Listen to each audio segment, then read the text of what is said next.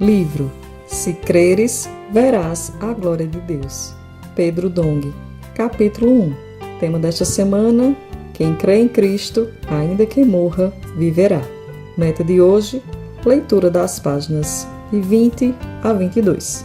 Os vencedores receberão um corpo de ressurreição. As nações, tanto no milênio como na Nova Jerusalém, serão constituídas por aquelas pessoas incrédulas que estiverem vivas no fim da grande tribulação, quando Cristo retornar, e que forem consideradas ovelhas por ele. Mateus 25, versículos de 31 a 40. Aquelas consideradas cabritos pelo Senhor, versículos 41 a 46, serão lançadas no lago de fogo. Mas as ovelhas permanecerão vivas no período do milênio. Elas continuarão com o corpo físico, tanto durante o milênio como na eternidade, isto é, na Nova Jerusalém, onde são chamadas de povos. Apocalipse 22, versículo 2. Nós, porém, os que cremos, receberemos um corpo como o do Senhor Jesus após a ressurreição. Após a morte e ressurreição de Jesus, os discípulos estavam num recinto com portas e janelas trancadas. Mesmo assim, Jesus entrou ali. Como isso pôde acontecer? Porque naquele momento, seu corpo já não era um corpo físico comum. Ainda assim, os discípulos podiam tocar suas mãos e seu lado. Esse é o corpo da ressurreição, que os vencedores também receberão, por meio do qual poderão deslocar-se de um lado para o outro, sem precisar de meios de transporte. Ao reinar com Cristo, no milênio, os vencedores terão essa mobilidade. Só de pensar nisso, temos de dobrar os joelhos e agradecer ao Senhor. Todos os dias ouvimos falar de mortes, mas a morte só tem vitória porque o ser humano existe, e um dia todos morrerão. Quanto a nós, esperamos que o Senhor volte antes. Mas, como temos a certeza de que ela não prevalecerá sobre nós, porque temos a vida eterna, podemos questionar: onde está, ó morte, a tua vitória? Onde está, ó morte, o teu aguilhão? 1 Coríntios 15, versículo 55.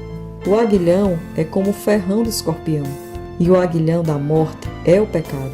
Quando o pecado nos picou, a morte entrou em nós. Por isso, fomos condenados à morte. Mas, graças a Deus, a ressurreição venceu a morte.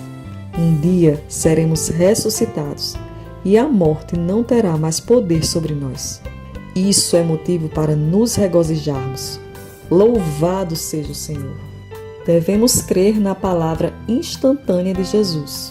A palavra instantânea do Senhor é o que ele está falando no momento. Vemos, no caso de Marta, irmã de Lázaro, que ela não creu no que o Senhor Jesus dissera acerca da ressurreição de seu irmão. Ela não deveria ter dito: sim, Senhor, respondeu ela, eu tenho crido que tu és o Cristo, o Filho de Deus, que devia vir ao mundo. Mas sim, eu creio. João 11, versículo 27. É muito bom o fato de ela crer em Jesus, mas precisava crer também em sua palavra falada naquele momento. Devemos crer no poder que há na palavra do Senhor, ainda que algo nos pareça impossível. Não sabemos se Jesus realmente chamou Maria, mas de qualquer forma, Marta disse: um mestre chegou e te chama. João 11, versículo 28.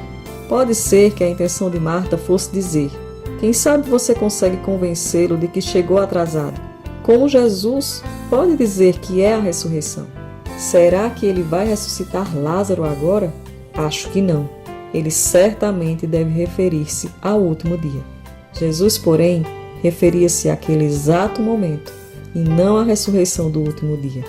Ela, ouvindo isto, levantou-se depressa e foi ter com ele, pois Jesus ainda não tinha entrado na aldeia, mas permanecia onde Marta se avistara com ele.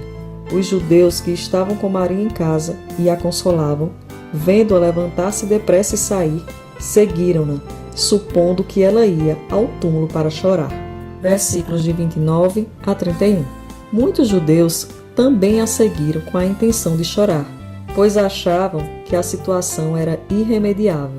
Quanto a nós, não nos lamentemos pelas situações que nos sobrevêm, mas creiamos no poder que há na palavra de Deus.